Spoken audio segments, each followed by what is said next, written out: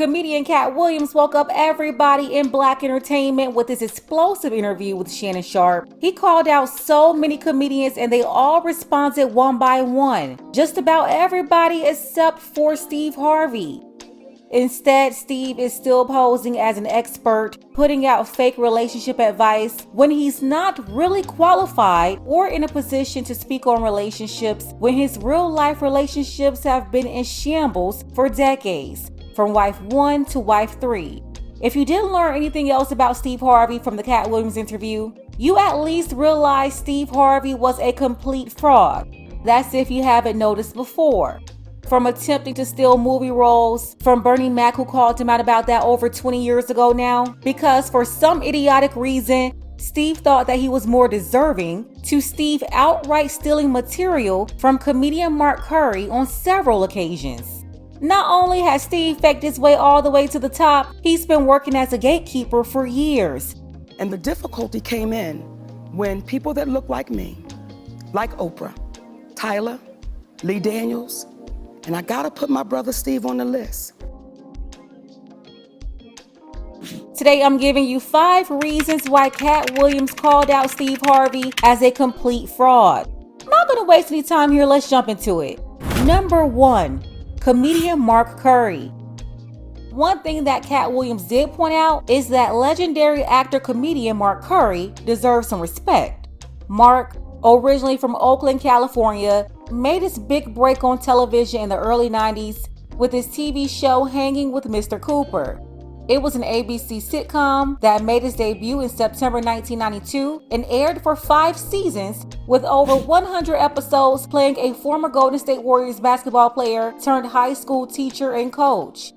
Mark Curry is good at writing and was even given credit by Katt Williams for helping him make one of his best jokes even better. Katt Williams said comedian said the entertainer stole that joke from him. Mark Curry had already helped me work on this joke because I thought it was good because I was getting a standing ovation on it. He had me go back in the lab and help me craft it to be an even more powerful joke. So this is not just a random joke. This is my very best joke, and it's my last joke, and it's my closing joke. Okay.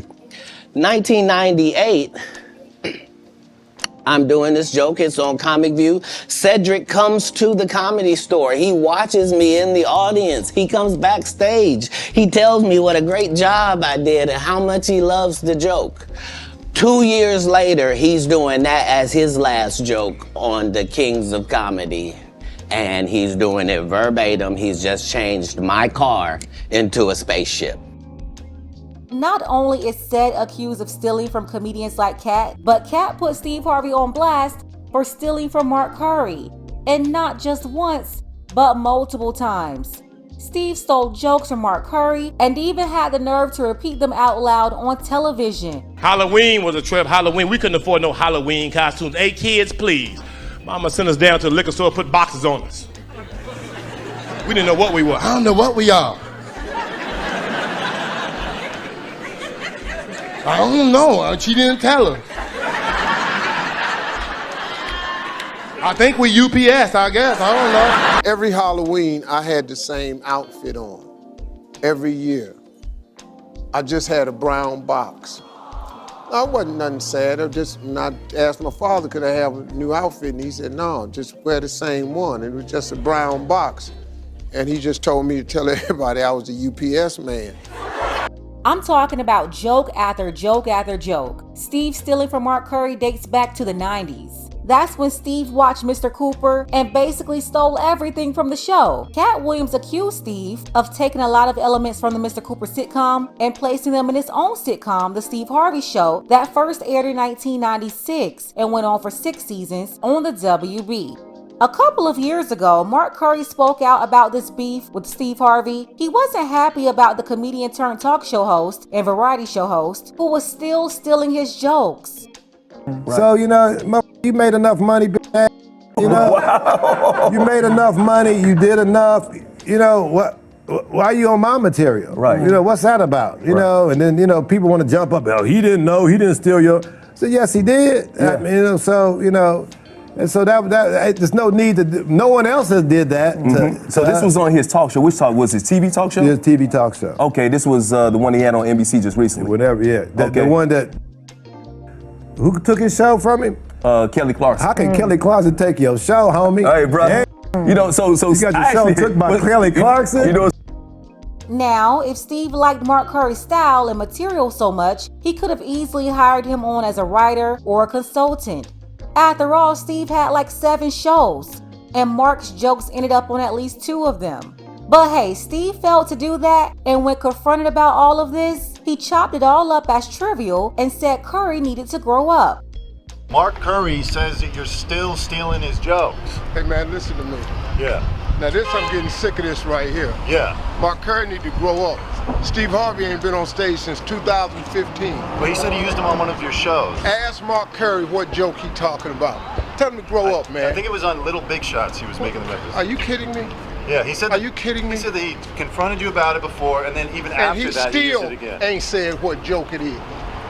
Get a life, get a career. Go do something, man. Well, he's thinking this is going to help him.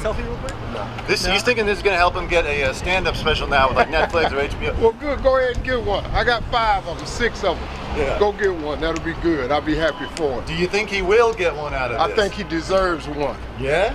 Yeah. It's the arrogance of it all for me. Tell him to grow up, man. I think it was on. Steve, you stole so much from this man, and instead of really addressing that you've been caught red-handed, you decide to flip it on him as if he's the problem? No, I'm sorry, Steve is 1000% out of order for this. And if I had any more respect left for Steve, that right there just took him out for me. How do you steal from somebody and then at the same time disrespect them and rub it in their face with this whole nonchalant attitude? Number 2, Bernie Mac. Not only did Steve steal from Mark Curry, he tried to steal acting roles from underneath fellow king of comedy, the late great Bernie Mac. Bernie Mac, a highly respected comedian, not just in his hometown of Chicago, but across the country. It's widely known that Bernie was the best on the Kings of Comedy. Why? Because the whole time Bernie was here, you was acting like you was funnier than him. The reason you was supposed to go last is because it was your tour. Tell the truth. It was Steve's tour. Not it was going to be called the Kings of Comedy. It was Steve's tour. These are the guys opening for him. Of course you got to close if it's your tour. That's why it was such a big deal. But you couldn't do it because you can't beat the best. And until you humble yourself, you will forever be kinged by the king. And because you finally did it, because you had no other choice, and now that he gone, you gonna act like he wanted to be a movie star. You stop it. You stop it. That man was funnier than all of y'all, and y'all thought y'all had one over on him. You thought he was black and ugly, and you were good looking, and he couldn't make it because you did. And that ain't the way comedy works. The king is the funniest.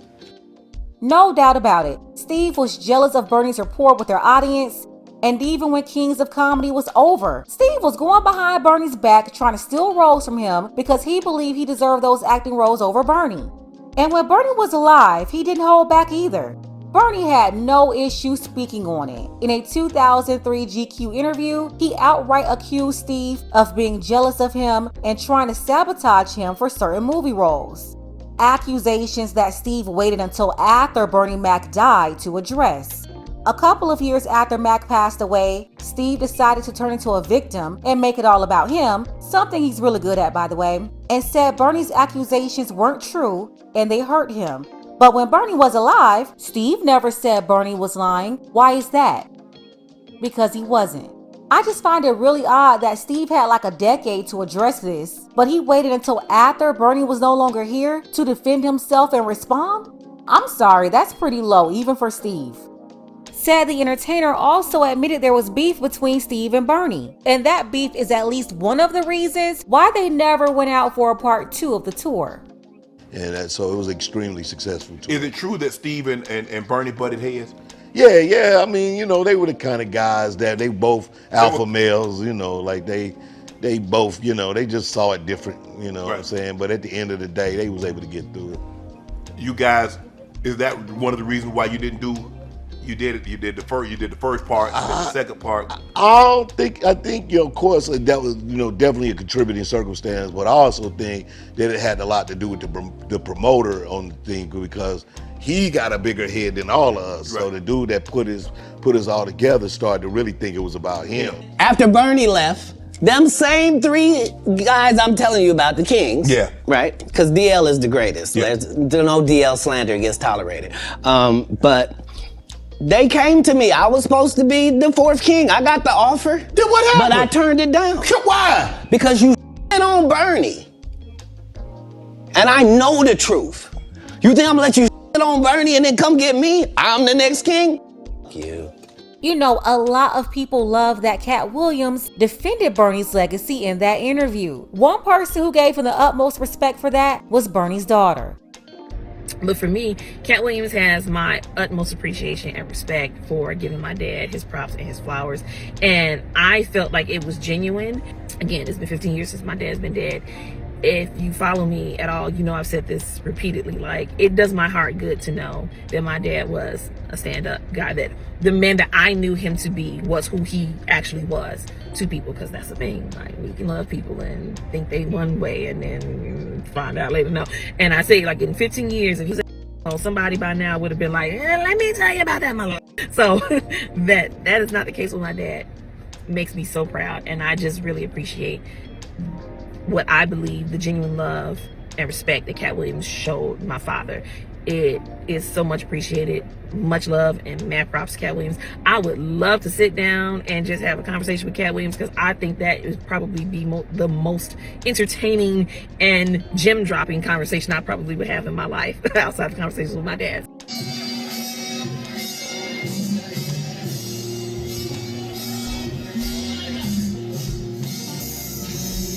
Number 3. Steve Harvey lies about his wife to pander to his audience. In 2023, Steve's 3rd and current wife, Marjorie, was accused of cheating on him with one of his employees.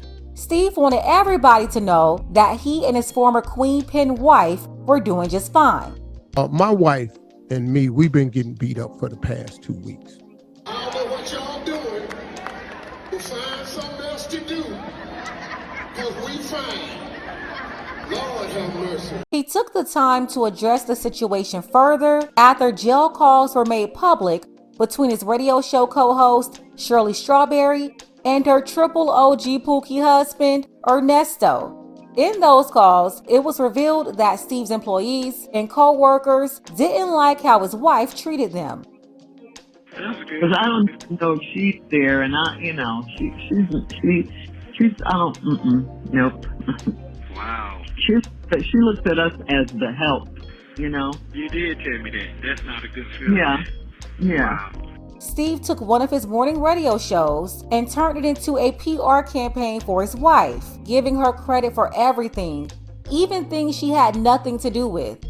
We got married in 2007. Do you know what I was doing in 2007? Nothing. We had four stations in 2005. 4. We built this. All of us built this. We had 4 stations. We turned this into something. But that woman got down in that foxhole with me and turned this into something. And after her, man, I mean, really, you look at my career and my life after her, it's just been a rocket shot. You credit her for everything that we see Steve Harvey sitting here today. You credit her for that. The man that you became, the way you dress, the way you talk, the things that you have going on great in your life. You said, that woman over there. Because I know what it is. Right. I was a comedian before. Right. I was a TV star before. So you tell me what the difference is. Well, according to Katt Williams, that's also cap. Steve has made similar comments about his previous wives. Thanks to my wife, I'm where I am. You said that about the first wife. You forget that? You told us it was her, then you went and married somebody else that think like a man. Like, what are you talking about? They think they can rewrite history. Yeah, I thought that was wild too. I mentioned that during the breakdown of the Shirley Strawberry apology to Steve Harvey's wife. If you missed that from a while ago, you can check it out. The link is below. It's just another example of how Steve will say anything in front of his audience. including allegedly lying about being homeless. Which brings us to number 4, Steve's homeless story.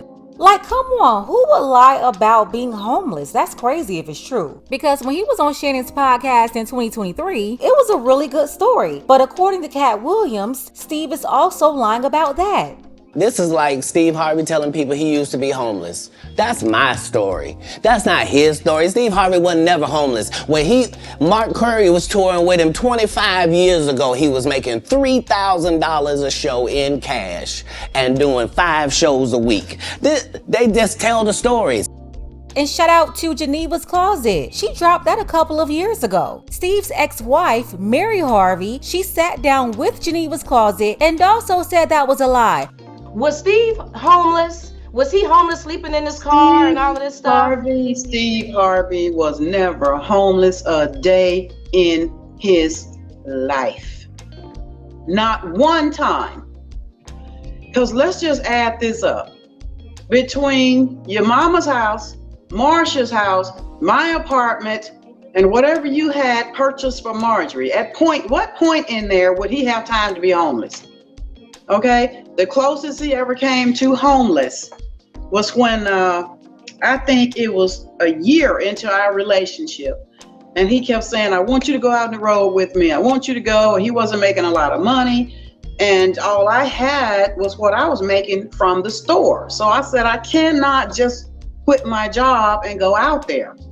So I guess it was about a year and a half later, I actually quit the job, and he was like, you gotta go. I need you out here. So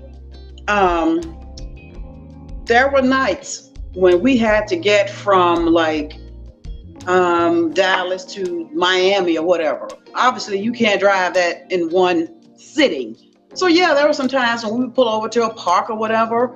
Steve was never homeless a day in his life. And all this People magazine, from homeless to millionaire and all of that. No, he was never hungry. He might have been hungry, needing a sandwich, but nowhere near to not having no food, not having no home. I lived in the projects, never lived in the projects a day in his life, okay? Not once, not one time. And on to the last point here, number 5, Steve's man unit. While speaking on Steve Harvey, Katt Williams revealed that Steve's famous high top fade from the 90s was allegedly a man unit. The same Steve that went to go watch Mark Curry do his whole sitcom and then stole everything Mark Curry had. Now Steve got a sitcom where he the principal and he wear a suit and then he gets this high top fade, making all black men think he got the best lineup in the business, and it's a man unit. Then you ask it, why you not a movie star? I didn't want to be a movie star. This the same Negro that hated on Bernie with this same thing. I didn't want to be a movie star. No, you couldn't be a movie star. There are 30,000 new scripts in Hollywood every year. Not one of them asks for a country bumpkin black dude that can't talk good, baby, and look like Mr. Potato Head. There ain't none. And it's a man unit. A lot of people didn't know this about Steve and just assumed that was his hair, but apparently he was wearing these units to cover up hair loss. Steve allegedly first used hair building fibers to hide the bald patch and later made the switch to hair weaves for a more natural appearance. All I gotta say is whoever his wigologist was did a great job, because no one really noticed his hair wasn't real. At some point, Steve got tired of the wigs, and in late 2007, announced to his fans he would have a new look. And at the top of the following year, January 2008, the comedian appeared on the cover of Jet magazine with his new bald look. For some reason, Steve kept it a secret because he thought revealing that he was bald would ruin his career. And I just don't know how. A lot of men rocked bald heads in the 90s. That's not new. I don't know what was up with Steve. When Steve appeared on Shannon Sharpe's podcast in 2023, the comedian said that he stopped doing stand-up so he wouldn't jeopardize his TV hosting career. According to Katt Williams, there was a comedy battle in Detroit that sent Steve home and he did not want to do stand-up anymore. That's because Katt completely destroyed Steve. I don't know why he came out here with all this money y'all spent on them motherfucking tickets and talked about a lady in the audience for 15 minutes. Should have talked about me the way I've been to talk about his